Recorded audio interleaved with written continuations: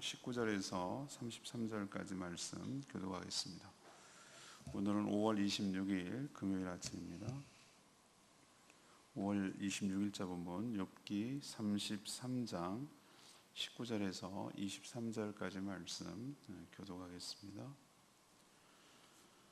혹은 사람이 병상의 고통과 뼈가 늘 수심의 징계를 받나니 그의 생명은 음식을 싫어하고 그의 마음은 별미를 싫어하며 그의 살은 파리하여 보이지 아니하고 보이지 않던 뼈가 드러나서 그의 마음은 구덩이에 그의 생명은 멸하는 자에게 가까워지느니라. 만일 일천 천사 가운데 하나가 그 사람의 중보자로 함께 있어서 그의 정당함을 보일진대 하나님이 그 사람을 불쌍히 여기사 그를 건져서 구덩이에 내려가지 않게 하라. 내가 대속물을 얻었다 하시리라. 그런즉 그의 살이 청년보다 부드러워지며 젊음을 회복하리라. 그는 하나님께 기도함으로 하나님이 은혜를 베푸사 그로 말미암아 기뻐 외치며 하나님의 얼굴을 보게 하시고 사람에게 그의 공의를 회복시키느니라. 그가 사람 앞에서 노래하여 이르기를 내가 범죄하여 옳은 것을 그르쳤으나 내게 무익하였구나. 하나님이 내 영혼을 건지사 구덩이에 내려가지 않게 하셨으니 내 생명이 빛을 보겠구나 하리라. 실로 하나님이 사람에게 이 모든 일을 제삼 행하심은 그들의 영혼을 구덩이에서 이끌어 생명의 빛을 그들에게 비추려 하심이니라. 욥이여 내 말을 귀담아 들으라. 잠잠하라. 내가 말하리라. 만일 할 말이 있거든 대답하라. 내가 기쁜 마음으로 그대를 의롭다 하리니 그대는 말하라. 만일 없으면 내 말을 들으라. 잠잠하라. 내가 지혜로 그대를 가르치리라. 아멘. 오늘 말씀의 키워드는 은혜입니다. 은혜. 엘리후는 욥에게 하나님은 사람을 깨우치기 위해서 때로는 육신의 고통으로 징계를 하신다. 하지만 그 사람에게 중보자를 주시고 또 대속물을 통해서 그를 건져서 멸망당하지 않게 하신다. 그래서 큰 은혜로 구원을 받은 사람은 기뻐하면서 하나님께 영광을 돌릴 것이다. 하나님께서 생명의 빛을 비춰주셔서 구원해 주셨기 때문이다. 엘리후의 말이 참 은혜가 됩니다. 이 엘리후의 말에서 우리가 알 수 있는 하나님의 진정한 본심은 무엇인가, 하나님의 진짜 마음은 무엇인가라는 것을 오늘 말씀을 통해서 알 수가 있는 것이죠. 첫 번째로 19절에서 22절까지 말씀을 근거로 하나님은 징계를 통해서 우리를 깨우쳐 주시는 줄로 압니다. 엘리후는 앞에서 하나님은 사람에게 한 번 말씀하시고 또 다시 말씀해 주시지만 오히려 관심이 없는 쪽은 사람이라고 이렇게 어제 묵상한 적이 있습니다. 그러면 하나님은 이렇게 하나님의 뜻에 관심이 없는 사람들을 포기하시는가? 그렇지 않다는 거예요. 그렇지 않고 정말 필요하고 사람에게 꼭 중요한 말씀이다라고 생각이 되는 그런 말씀이라면 사람이 알아듣도록 어떤 식으로든지 우리에게 이야기하실 줄로 압니다. 그 중에 하나가 바로 고통이 수반되는 징계이죠. 특히 질병의 고통을 통해서 자신의 연약함을 보게 하고 또 동시에 자신의 교만함을 보게 하셔서 사람이 계속 달리면 멈추질 않으니까 질병을 통해서 멈추게 하시고 자신의 유한한 한계가 있는 자신의 연약함을 깨닫게 하고 그래서 더욱더 하나님의 은혜가 필요하고 하나님의 보살핌이 필요하다는 것을 그런 방법을 통해서 인간에게 깨우침을 주는 것이죠. 이것도 하나님께서 우리에게 이야기하시는 방식, 말씀하시는 방법 중에 하나라는 겁니다.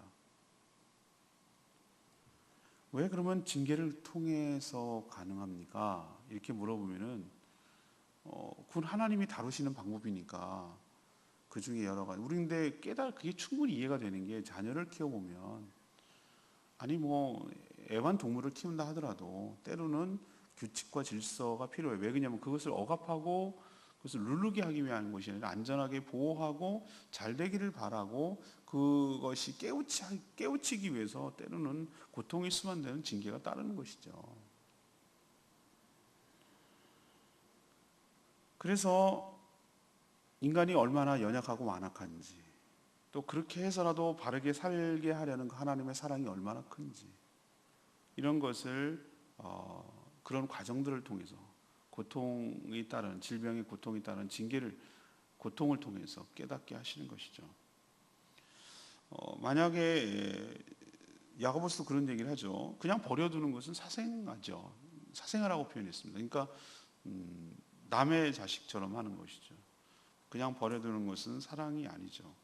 그건 자식이 아니라는 증거입니다. 하나님 아버지는 잘못 가고 있는 그 자식을 그냥 둘 수가 없어서 때로는 아프게 하셔서 우리를 깨우치고 돌아오게 하시는 줄 압니다.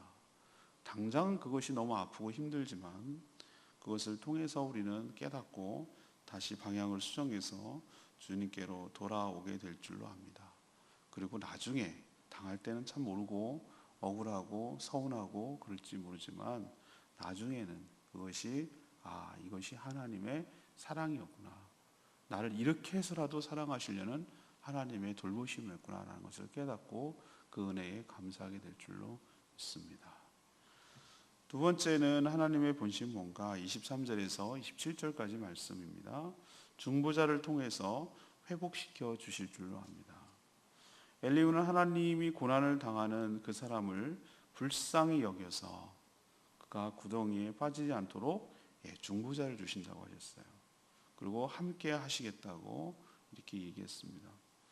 저는 이 엘리후가 다른 친구들과 정말 비교가 되죠. 나머지 엘리바스나 이런 사람과 비교가 되는데 이런 생각을 욥에게 했고 이런 생각을 갖고 있으니까 이런 얘기를 했겠죠.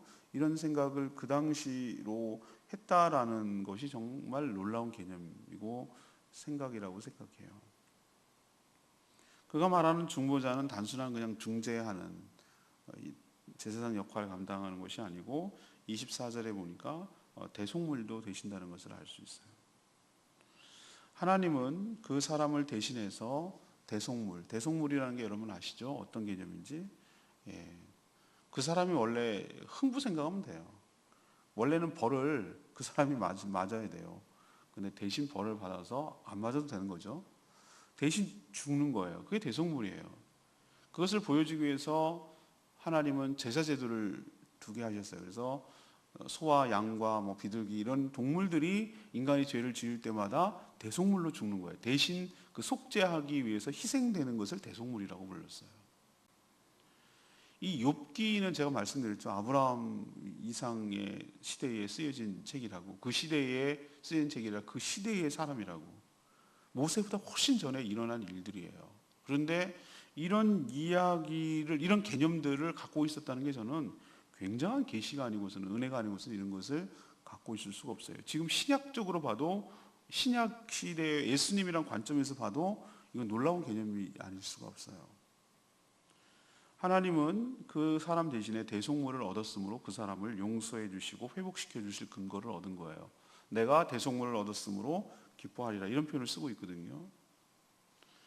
그래서 그 대속물 때문에 그 죄인이 기도가 회복되고, 또 기도가 회복되니까 하나님의 은혜를 베풀어 주시고, 그래서 그 구원의 은총 때문에 그 사람은 다시 기뻐하죠. 왜? 죄의 그 가림막이 사라져서 하나님의 얼굴을 다시 볼 수 있었기 때문에 그런 것이죠. 그래서 하나님의 은혜를 베풀어 주시고 그는 구원의 은총 때문에 기뻐하는 거죠. 결국은 자신이 무익한 존재이며 큰 죄인이라는 것을 깨닫게 된 것이죠. 우리는 이분이 누군지 알죠? 바로 중보자와 대속물이 동시에 되시는 예수 그리스도신 줄로 압니다. 예수님 때문에 우리가 죄를 용서받고 형벌과 하나님의 심판에서부터 벗어나게 된 줄로 압니다. 또 예수님이 우리의 중보자가 되어주셔서 우리를 위해서 늘 기도하고 계시기 때문에 우리가 살아가는 줄로 믿습니다. 이것이 하나님의 본심이고 이것이 하나님의 은혜라는 거예요. 이 엘리후가 조백에게 이런 얘기를 했다는 것이 정말 굉장한 저는 탁월한 계시이고 식견이라고 저는 생각을 해요. 우리도 하나님의 본심은 뭔가 우리를 벌을 주고 우리를 징계를 내리고 뭐 우리를 훈련하고 조련하고 맞추면서 돌고래 쇼할 때 돌고래처럼 침팬지 쇼할 때 침팬지처럼 뭐 우리를 이용해 가지고 돈이나 벌고 재밌게 즐기고 뭐 이러려고 우리를 갖다가 혹독하게 훈련을 시키고 이런 개념이 아니에요. 우리가 행복하기를 바라고 우리가 우리답게 살기를 바라고 우리 생애를 즐기기를 바라고 그 살아가는 그 자체가 하나님 보시기에 즐거운 것이에요. 여러분 한번 생각해 보세요. 여러분이 씨앗을 뿌려서 꽃이 났어요. 화초 하나 보세요. 화초 하나가 정말 무럭무럭 잘 자라고 거기서 잎이 파릇파릇 나오고 잎이 무성하고 거기에 꽃까지 피워주고 제가 오늘 모처럼 왔더니만 화단에 자스민 꽃이 활짝 피어서 얼마나 신기하고 얼마나 기뻤는지 몰라요. 제가 그 꽃을 피라고 했습니까? 필 수 있습니까? 뭐 어떻게 뭐 하나 물 하나 준 적이 없네 지금 생각하니까 그냥 있는 거죠. 근데 우리는 화단에 꽃 하나만 활짝 펴도 그렇게 기쁠 수가 없어요. 그것이 주는 기쁨이 굉장히 커요. 하나님께서 우리를 바라보실 때 우리답게 살아가는 것, 우리가 정말 행복해하는 것, 우리가 만약에 꽃이라면 활짝 꽃을 피고 우리답게 무슨 자스민이면 자스민 꽃답게 그렇게 그 색깔과 향기를 드러내면서 아름답게 피어가면서 살아가는 것을 하나님이 얼마나 기뻐하시겠어요. 하나님의 본심은 그거인 줄로 믿습니다. 그래서 그렇게 활짝 그답게 살아가는 가장 큰 장애가 뭐냐면 하나님의 은혜를 차단하고 있는 그 죄 때문에 관계가 깨진 것 때문에 그런 문제가 생겼으니 그 문제를 얘네 스스로는 해결할 수가 없으니 우리에게 중보자가 되게 주시고 또 대속물도 주셔서 그 동시에 역할을 감당하는 게 되게 힘들었거든요. 옛날에 구약 시대는 제사장이 있었고 중보자 역할이죠. 그다음에 동물 희생 제물이 있었고 이 두 가지가 별개였어요. 근데 예수 그리스도는 대제사장 되시고 동시에 플러스 완벽한 희생 제물, 화목 제물이 되시는 줄로 믿습니다. 죄가 없는 분이잖아요. 동물이 어떻게 사람을 대신하겠어요? 그건 모형, 그림자, 이미테이션이었단 말이에요. 그거는 장차 올 진짜에 대한 그림자일 불과해요. 실체가 아니었어요. 근데 실체가 바로 예수 그리스도신 줄로 믿습니다. 예수 그리스도가 바로 진짜였어요.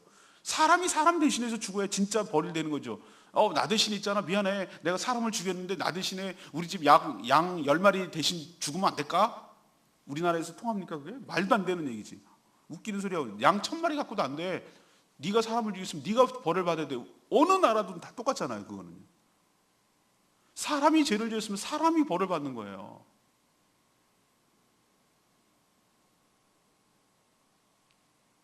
그 벌을 예수님이 받으셔서 우리가 살 길이 열린 줄로 믿습니다.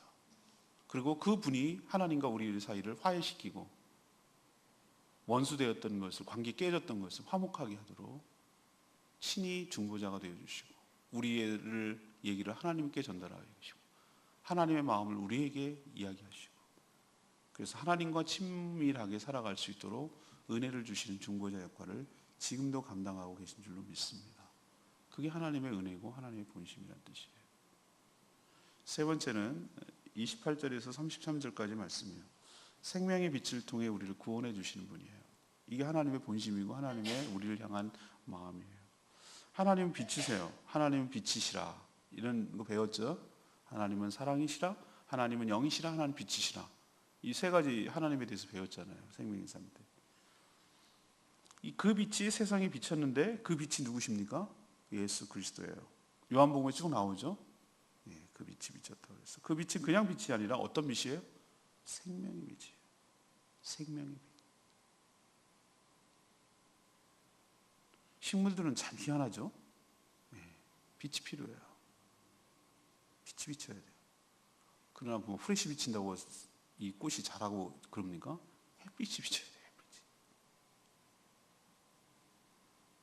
그 빛을 본 사람, 그 빛을 받은 사람은 바로 하나님의 영광을 본 것이고 죽음에서 건짐을 받게 된 줄로 압니다. 우리도 실내에서 죽어가고 시들어가던 화분을 바깥으로 내놓고 한 줄기 빛을 받고 한나절 그 햇빛을 받았는데 어쩜 그렇게 싱싱하게 다시 살아나고 다시 회복되는지 모르겠어요. 식물에게 있어서는 빛이라는 것은 그 단순히 빛이 아니구나. 생명이구나. 그냥 생명의 빛을 비춘 것뿐이잖아요. 그런데 나무는 다시 소생하고 화초는 다시 일어나잖아요. 희한하죠? 그냥 빛만 비쳤는데. 우리는 예수 그리스도가 날 어떻게 살려? 빛이 비쳤는데 어떻게 식물이 살아나? 이렇게 묻는 거랑 그것보다 더 어리석은 얘기예요. 예수 그리스도가 우리를 살리시는 생명의 빛인 줄로 믿습니다. 이게 하나님의 본심과 진정한 의도예요. 피조물인 사람에게 고통을 가하고 즐기시고 모른 척하고 외면하는 그런 분이 아니라 그 영혼이 구덩이, 다시 말해서 지옥에 가지 않도록 건져주시는 분이에요. 빛이 모든 식물에게 골고루 비치듯이 하나님의 구원의 은총, 이 생명의 빛은 모든 사람에게 차등이 없이 골고루 비춰주는 줄 압니다. 빛이 모든 사람에게 비쳐서 우리가 살아난 것이죠. 저는 엘리후가 이런 놀라운 생명의 빛이 예수 그리스도라는 개념을 몰랐지만, 그분이 누군지를 몰랐지만, 이 생명의 빛이라는 그 개념을 갖고 그것이 구원을 주고 하나님이 우리를 구원하시는 것이라는 개념을 갖고 있었다는 게 저는 굉장히 놀랍다는 거예요. 다른 세 친구는 어땠죠? 욥을 정죄하게 바빴어요. 그런 결과를 보고 알겠네. 딱 이런 증상이 나타나니 원인이 이렇네 라고 이렇게 그 죄가 있어서 고통을 받는 거야. 죄가 큰 만큼 고통이 큰 거야. 네가 고통이 이렇게 크니 큰 죄를 졌네. 하나님께 회개해야 되네. 이런 논리에서 벗어나지 못했어요. 근데 엘리후는 어떻습니까? 새로운 개념과 관점을 제공하고 있잖아요. 이 모든 상황을 설명하거나 소망을 주지 못하는 말만 계속 했었는데, 엘리후는 그 모든 사람들을 책망하면서도 이 모든 상황을 해석하고 또 하나 소망을 주는 그런 말을 하고 있잖아요. 저는 이것이 진정한 친구이고 도움이 되는 말이 아닌가라는 생각을 합니다. 오늘 저는 레마의 말씀이 26절 말씀, 그는 하나님께 기도함으로 하나님의 은혜를 베푸사 그로 말미암아 기뻐 외치며 하나님의 얼굴을 보게 하신다. 우리에게 중보자와 대속물이 되시는 예수 그리스도가 계시다는 것이 얼마나 여러분 큰 축복인지 모릅니다. 예수님 때문에 언제 어디서든지 우리가 뭐 하는 것이 가능해졌죠? 기도하는 것이 가능해졌어요. 또 기도가 가능하니까 하나님과 소통이 가능하고, 소통이 되니까 뭐가 되는 거죠? 은혜가 부어지는 것이죠. 이거 주세요. 얘기를 해야 주지. 아무 말도 안 하는데 엄마가 애한테 물론 뭐 알아서 줄 수도 있지만 기도를 하니까 소통이 되고, 소통하니까 은혜가 있는 것이. 그것이 가능하도록 한 것이 누굽니까? 예수 그리스도. 우리는 하나님의 은혜로만 살 수 있는 존재입니다. 그 은혜는 기도를 통해서 옵니다. 기도는 이 모든 과정을 가능케 한 시작점입니다. 은혜는 어떻게 오는가? 기도를 하고 거기에 따른 응답 형태로 여러분 삶에 미치게 될 줄로 압니다. 그러니 계속해서 기도하시고 하나님의 은혜를 사모하며 구하며 성령 충만하기를 간구하는 저와 여러분 되기를 소망합니다. 오늘 제가 세 가지 말씀드렸어요. 엘리후의 말 속에서 알 수 있는 하나님의 본식은 무엇입니까? 하나님의 진짜 마음은 뭐냐 이거죠. 첫 번째는 뭡니까? 징계가 목적입니까? 아니죠.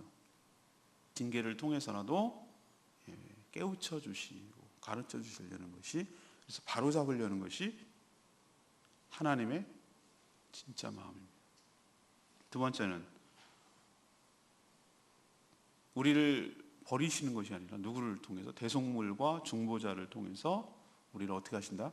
회복시키는 것이 하나님의 진짜 본심입니다. 마지막 세 번째는 무엇입니까? 이 생명의 빛을 우리에게 비추셔서 우리를 온전하게 소생하고 회복하고 구원하시려는 것이 하나님의 진짜 마음인 줄로 믿습니다. 이 말씀을 믿으시고 온전히 하나님의 본심을 아시고 하나님을 진심으로 사랑하고 의뢰하고 의지하는 저와 여러분 되기를 소망합니다.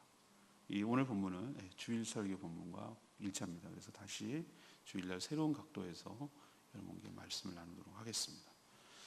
우리 아까 불렀던 찬양 기도하기 전에 우리 276장 찬양집 276장 부르고 아버지 사랑 내가 노래해 이 찬양 부르고 기도하겠습니다.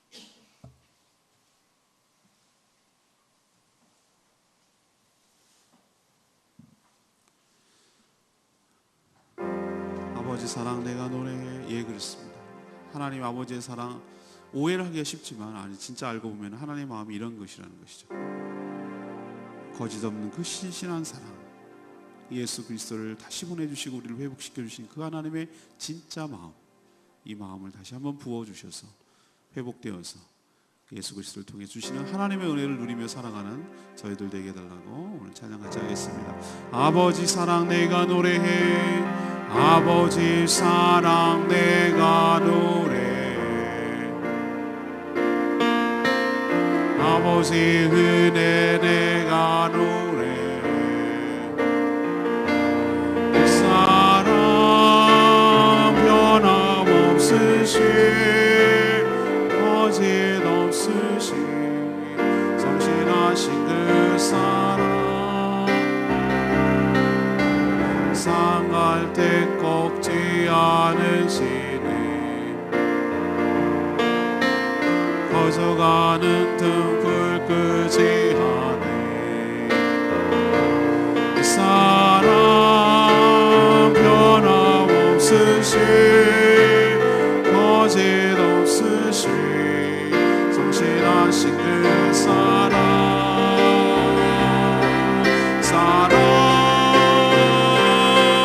그 사랑 날 위해 죽으신, 날 위해 다시 사신 예수 그리스도, 다시 오신 그 사랑, 지금도 생명도 천사도 하늘의 어떤 권세도 끊을 수 없네. 영원한 그 사랑 예수. 맞습니다. 하나님의 사랑, 변함없고 거짓없고 성실하신 그 사랑, 그 사랑이 예수 그리스도를 통해 나타났죠. 확증이 되었죠. 예. 그 무엇도 끊을 수 없는 하나님의 그 사랑, 그것이 하나님의 본심이며 하나님의 진짜 마음인 것을 기억하시고 다시 한번 일어서는 저와 여러분 되기를 소망합니다. 다 같이 주여 외치며 하나님께 그 사랑이 온전히 회복되기를 위해서 기도하겠습니다. 주의 아버지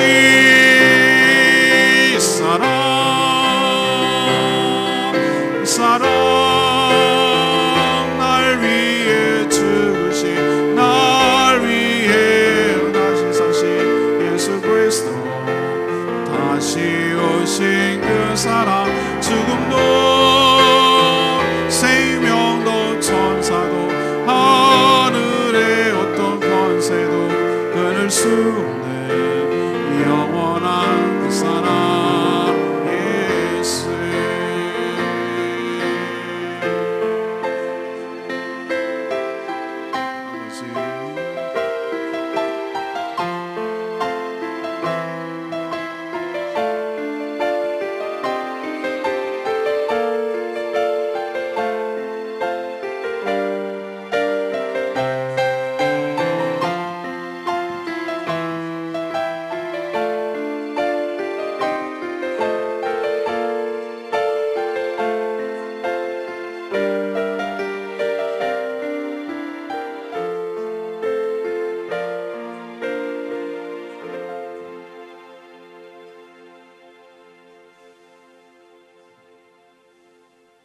하나님, 저희가 하나님을 오해하지 않게 하여 주시옵소서. 죄를 짓기만 하면 즉각 형벌을 주시는 그런 무서운 분이 아니라 징계를 통해서라도 우리를 깨우쳐 주시며 오히려 중보자와 대속물을 주셔서 우리를 온전케 회복하여 주시는 참 좋으신 분임을 알게 하여 주시옵소서.